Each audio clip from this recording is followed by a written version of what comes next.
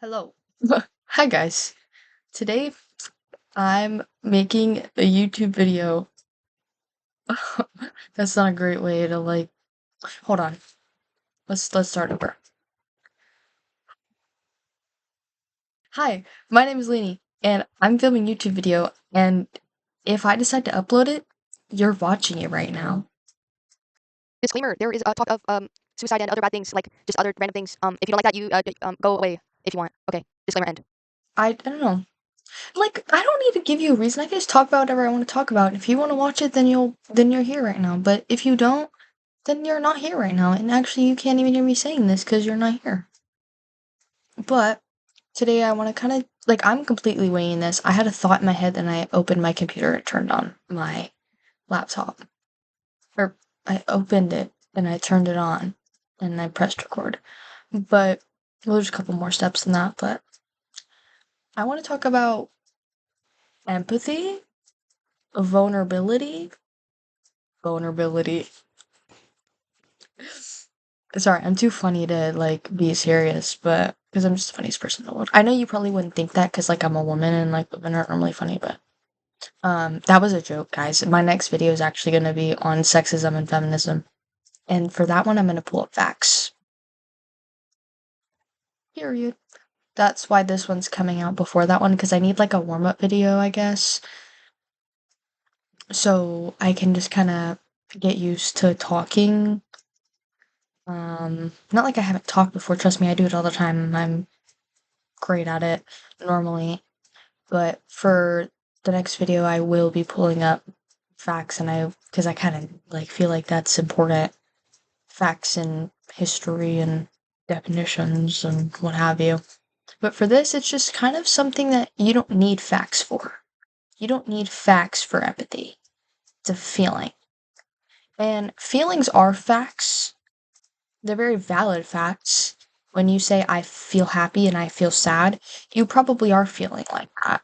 If I feel sad and I say, I feel sad, then that is a fact, is I do feel sad. But the problem is, sexism ties into this. I won't touch on it too much. That's what he said. He lied. He kept touching me. Sorry.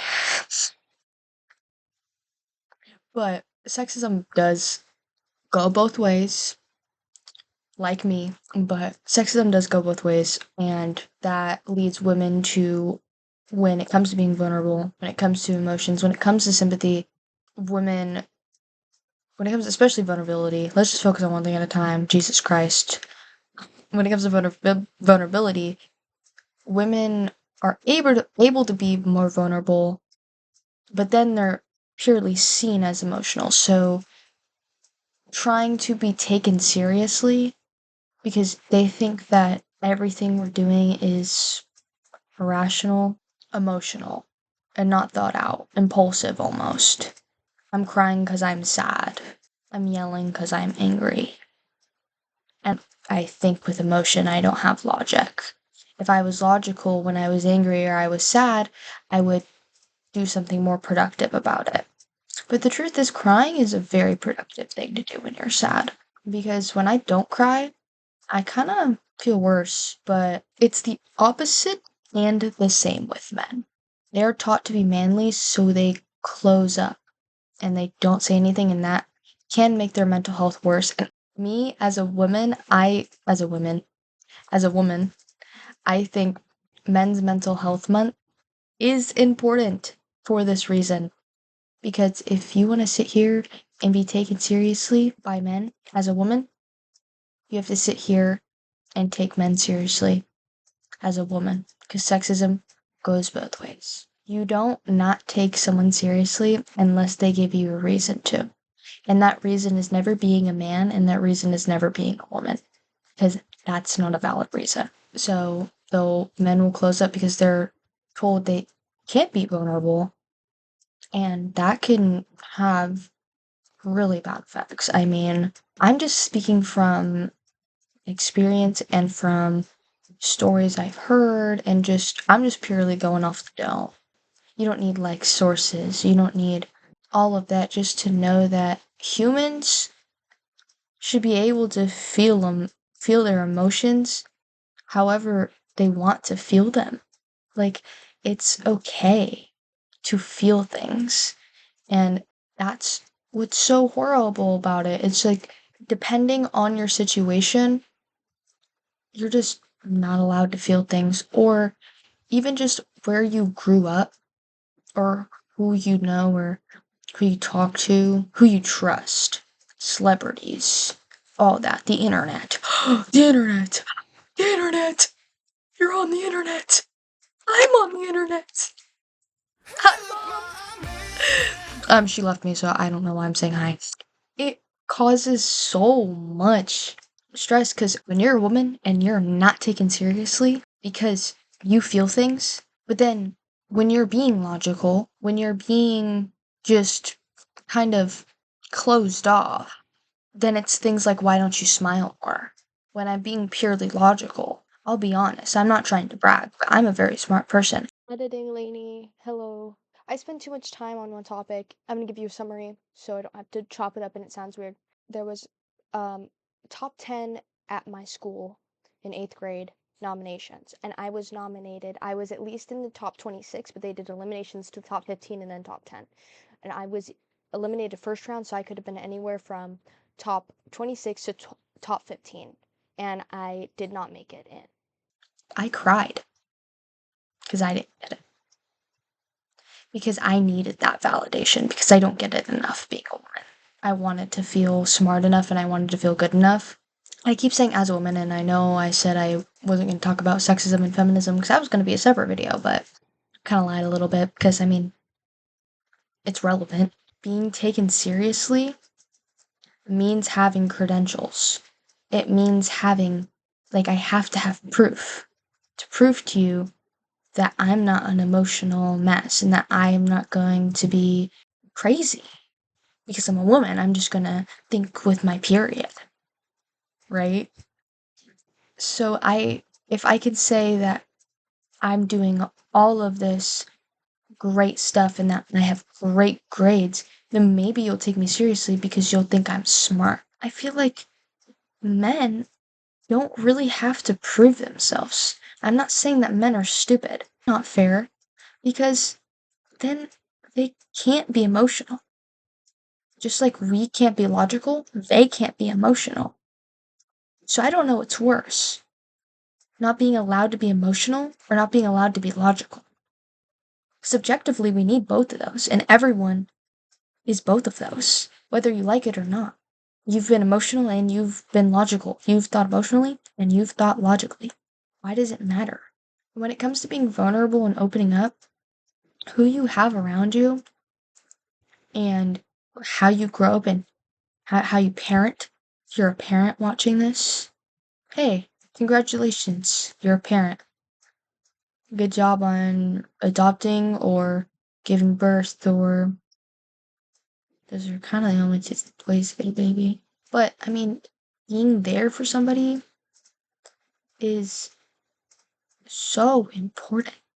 Dismissing someone's feelings is how it starts. Making something about yourself is how it starts. If someone comes to you with an issue, you let them speak. It doesn't matter what it is. It doesn't matter what they're mad or sad about. If you're not comfortable, like, talking to them for whatever reason, or you just can't handle it yourself, maybe you have things going on in your own life and you can't handle it, that's completely fine. Tell them that.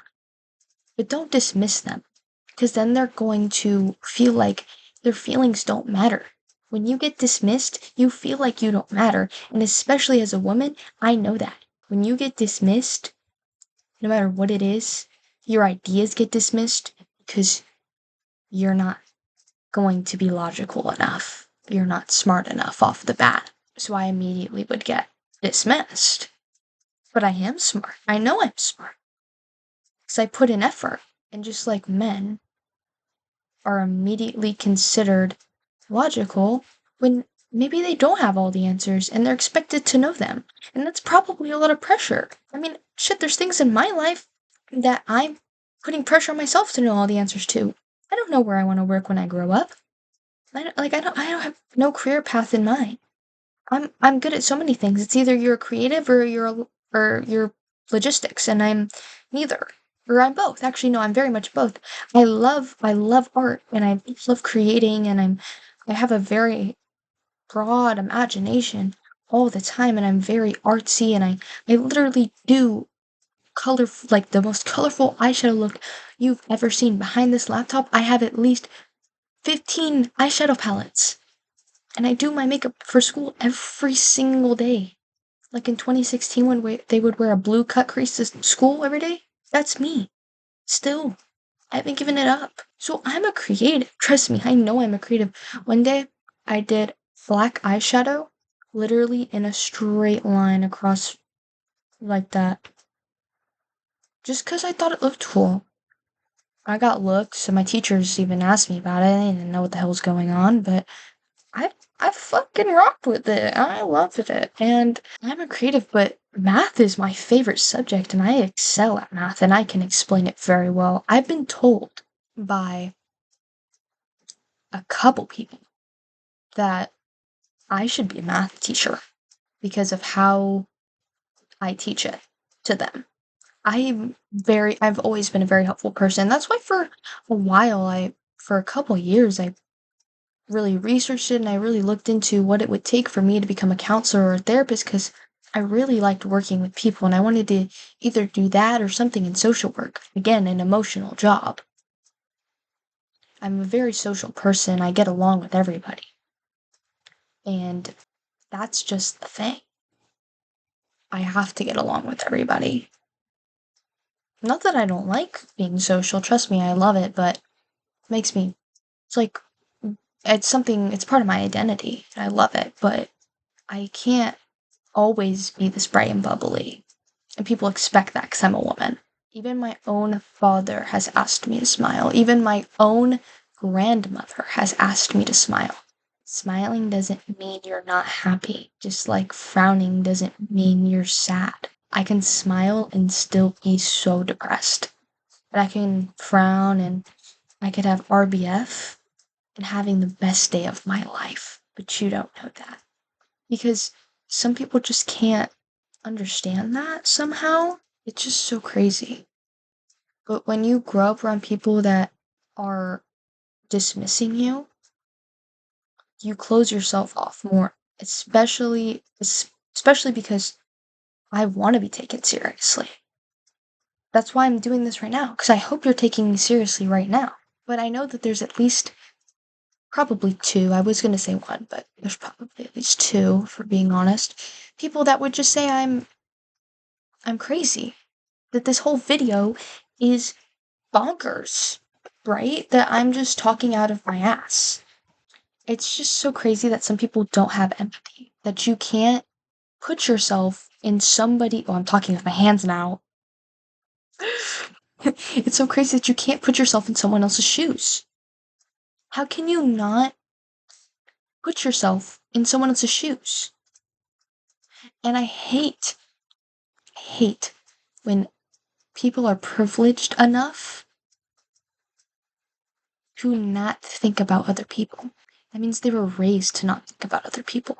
Or there was someone in their life growing up that made them think that that was okay. There were some actions that they saw around them that showed them that that was okay to not care about other people.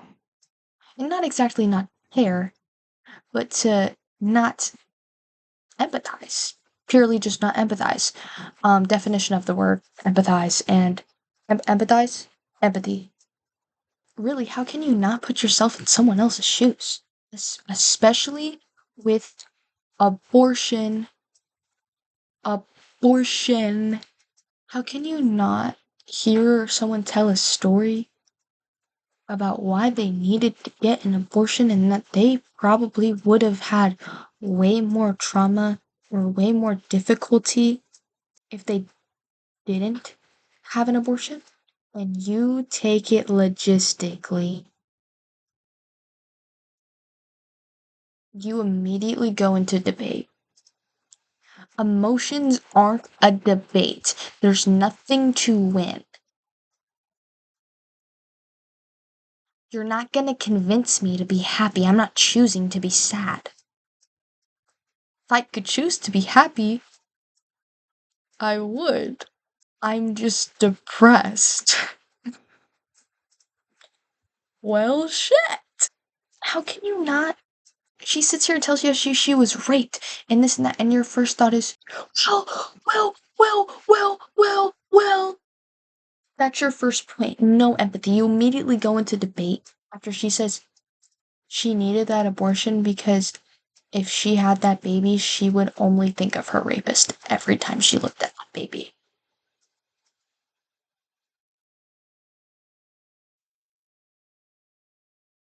I'm not gonna cut this out. I'm gonna sit here for a second. People, like, we're losing empathy. We're losing it by the second. And if you're privileged enough to not have empathy, I do not envy you because you are gonna go your whole life not being able to care about anybody in your life to the fullest extent. You're gonna go your whole life not being able to care about the people in it, the ones that you love, the people that you love in your life, not the ones that don't matter to you. People that you think you love in your life, you're not going to be able to care about them to the fullest extent without empathy. Because you literally cannot care about someone fully unless you try to comprehend something that goes wrong, or even empathy. You can understand how someone would be so happy if this happened. That's also empathy. Being able to understand somebody. Empathy, that is empathy. Being able to understand somebody's emotions. And if you can't do that, you will never truly understand and be able to love the people in your life completely. So I do not envy you. And you can look at my surroundings. I mean, I'm pretty well off, trust me. But I haven't always been this way. And I'm not gonna go into a sob story right now. And if I did, then I'm sure you'd have some empathy for me. But I don't need it. But that's not to say that everyone doesn't need it. There's times where I do need empathy. But when someone does need it, you need to give it to them. Because when you don't, people commit suicide. Have some empathy for me here. But I've tried to do that because my feelings were dismissed, and that's not the only reason. But when you're dismissed for how you feel, even if it's happiness, you're trying to share your joy and people just don't understand why you're so happy. They're like, what are you so giggly about? Like, it wasn't even that funny. Or, like, oh, it's not even like that crazy. I don't understand why you're so excited. That is dismissing somebody. That is not having empathy. That is not understanding somebody. That right there is it. It's exactly what I'm talking about. And people don't realize it because they associate empathy with negative things. And it's the same with sexism. They associate it with women, but it happens to men too. There's a lot of things that people just because it's associated with one thing mainly doesn't mean it's just that. Like, yeah, I have a best friend. That doesn't mean I don't have other friends. So horrible that we're not able to just think for 2 seconds about why things might be difficult. Just how can you sit here and look at genocide, look at war, discrimination, poverty, racism, transphobia, homophobia, all of these things? You can watch people getting killed, and in your brain, you don't see a person, you see an illegal. You see an illegal before you see the person underneath. You see a title before you see a person. It does not matter what they did, how they got here. If they were shot in the street for a second, when you hear the sentence, oh, an immigrant was shot in the street, if for 1 second you don't feel anything, you don't feel anything, that's the problem. Even if you do believe that that person should be sent back home, sent back to where they came from, even if you do believe that, you don't have remorse for someone that got shot in the street. It doesn't matter who they are. They're a person. Everyone's a person. And that's the problem. People don't see people as people. They see them as labels now. How can you judge things you don't know? You don't know what it's like to immigrate here, do you? You don't know what it's like to be discriminated against because of your gender, because of your sexuality, because of your race. So for 2 seconds, even if it's just to help your debate, you don't think for 2 seconds, or maybe just even 1 second, what it would feel like to have that happen to you, to be in fear of your rights being taken away, of you being taken away, just because you look like it, or because they don't like what you are. That would probably suck, huh? Everything affects you, whether it's directly or if you didn't hear any of the words I said, then I don't think you're ever gonna. I don't understand how you can hear that and not think of how it might be if that was you. And to think, what would I need? What would I want if that was happening to me? Justice, equality, fairness, simply fairness. Did y'all not learn sharing? I learned this in before I even was in school because I had siblings.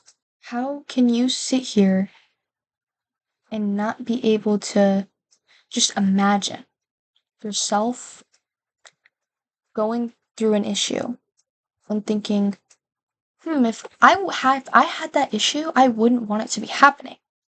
So I should help those people, or at least support those people, not actively work against them to make their situations worse. If you don't have empathy, I truly believe you're just an evil person. You don't pick and choose who's human. We all have struggles. We all have things that deserve to be heard. We deserve to be able to be vulnerable. We deserve to be taken seriously, no matter our gender, our sexuality, our race, where we're from, who we know, what we look like. But that's just it. If you don't understand by now, I don't think you'll ever understand anybody. Because people judge things that they don't understand instead of trying to understand it. They're afraid of it. Maybe learn. Try learning. Because when you don't understand math, the teacher helps you learn it. And when my classmates and my peers don't understand certain topics, I restate it in as many ways as they need. In science, I've restated the same idea in a couple different ways, at least 6 for someone in my group until he understood it. So I understood that he didn't understand. Understand being misunderstood. Don't judge, it gets us nowhere. It sets us back. Congratulations, your attention span is, okay. Thanks for watching my video. Each like equals 1 person that will gain empathy. Bye.